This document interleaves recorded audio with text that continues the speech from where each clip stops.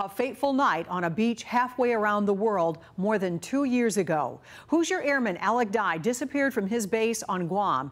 Days later, his remains washed up on shore. Even after an 18-month-long investigation, his mother still has no idea how or why he died.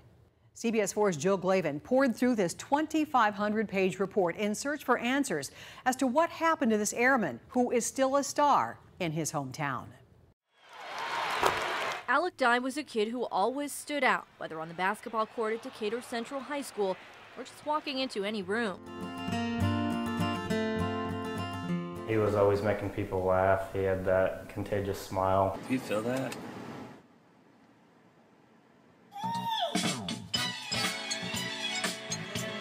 And he knew everyone. Like, everyone knows who Alec Dye is.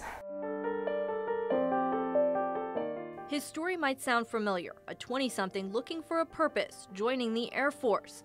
He was stationed at Barksdale Air Force Base near Shreveport, a bright kid with a bright future, well on his way, until Alec was deployed to Guam and after only a month there, disappeared.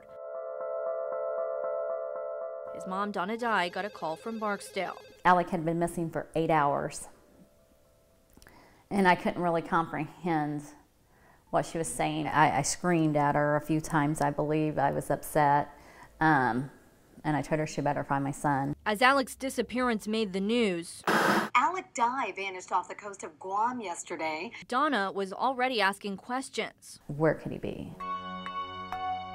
On December 4th, 2014, human remains washed up on the same beach where the airman had gone missing just days earlier. They were quickly identified as Alec. And that's when Donna's questions started piling up. Her son, she was told, had been out with a friend and gone into the water. I know my son, and I know he didn't go into water. Donna and a large group of Alec's closest friends back home tell me he didn't like to swim and is scared of the ocean, especially at night. When you guys heard that, what was your reaction to that? It didn't happen. I didn't believe it. Very unbelievable. And when Donna talked to the last person to see Alec alive, she got nowhere. They wouldn't let him tell us anything. And I thought that was really odd because he's the last person with my son and he can't tell his parents anything. At that point, the investigation began. The Air Force Office of Special Investigations, OSI, filed this report. It's full of interviews, polygraph tests, searches, and more. But it does not say how Alec died. I was expecting something, and I got nothing.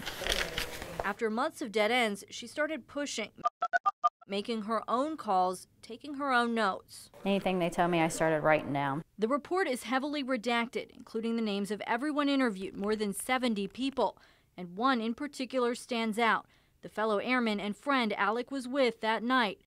According to the report, that friend went through at least 2 polygraph tests. He said he and Alec had spent the day barbecuing and drinking with friends. Alec asked him for a tour of the base and hopped in his truck. On the way, he did some donuts, and Alec took a Snapchat video that was recovered. When they ended up at the beach, the friend said Alec went down to the water and called him, saying he was getting into the water. The friend said he saw Alec wave to him, but when he got down to the beach, he was nowhere to be found. Investigators scrutinized that supposed phone call. Multiple people said Alec's phone didn't work without Wi-Fi. When they asked a friend about it, he said he erased his call log and text because he was a neat freak, and that he believed it was a message from God which allowed the call. It makes no sense. As the initial questioning continued, investigators said the friend's recollection of events contained multiple inconsistencies, and there were 2 hours missing from his story.